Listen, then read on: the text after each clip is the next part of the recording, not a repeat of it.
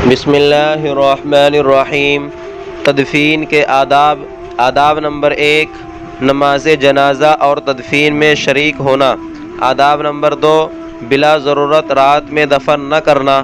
آداب نمبر 3، بغلی قبر کھودنا۔ آداب نمبر 4، قبر کو گہری اور کشادہ بنانا۔ آداب نمبر 5، بوقت ضرورت ایک سے زیادہ لوگوں کو ایک قبر میں دفن کرنے کے موقع پر قرآن کریم سے زیادہ شغف رکھنے والے کو مقدم کرنا۔ آداب نمبر 6، کچی اینٹ یا بانس وغیرہ سے لحد کو بند کر دینا۔ آداب نمبر 7، قبر میں مٹی ڈالنے کی ابتدا سرہانے سے کرنا۔ آداب نمبر 8، میت پر 3 لپے بھر کر مٹی ڈالنا۔ آداب نمبر 9، میت کو دفناتے وقت یہ دعا پڑھنا: منہا خلقناکم وفیہا نعیدکم ومنہا نخرجکم تارۃ اخری، بسم اللہ وفی سبیل اللہ وعلی ملت رسول اللہ۔ دوسری دعا: بسم اللہ وباللہ وعلی ملت رسول اللہ۔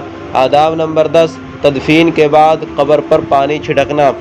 حضرت جعفر بن محمد رحمۃ اللہ علیہ اپنے والد سے مرسلاً نقل فرماتے ہیں کہ آپ صلی اللہ علیہ وسلم نے میت پر اپنے دونوں ہاتھوں سے 3 لپے بھر کر مٹی ڈالی اور اپنے بیٹے ابراہیم کی قبر پر پانی چھڑکا۔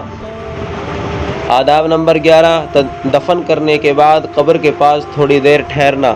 حضرت عمرو بن عاص رضی اللہ عنہ کا جب انتقال ہونے لگا تو وفات سے پہلے انہوں نے وصیت فرمائی تھی کہ جب تم لوگ مجھے دفن کر چکو تو میری قبر کے پاس اتنی دیر ٹھہرے رہنا جس میں ایک اونٹ ذبح کر کے اس کا گوشت تقسیم کر دیا جائے، تاکہ میں تم سے انس حاصل کروں اور میں جان لوں کہ اللہ سبحانہ و تعالیٰ کے بھیجے ہوئوں کو میں کیا جواب دیتا ہوں۔ آداب نمبر 12، دفنانے کے بعد میت کے لیے استغفار اور منکر نکیر کے سوالات میں ثبات قدمی کی دعا کرنا۔ حضرت عثمان بن عفان رضی اللہ عنہ فرماتے ہیں کہ آپ صلی اللہ علیہ وسلم جب میت کی تدفین سے فارغ ہو جاتے تو وہیں کھڑے رہتے اور فرماتے: اپنے بھائی کے لیے مغفرت کی دعا کرو اور اس کے لیے ثبات قدمی مانگو، اس لیے کہ اس سے ابھی سوال کیا جائے گا۔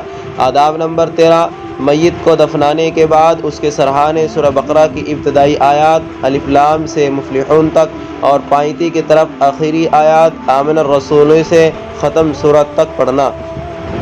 مسئلہ: میت کو کسی ضرورت کی بنا پر قبر سے نکال کر منتقل کرنا جائز ہے؟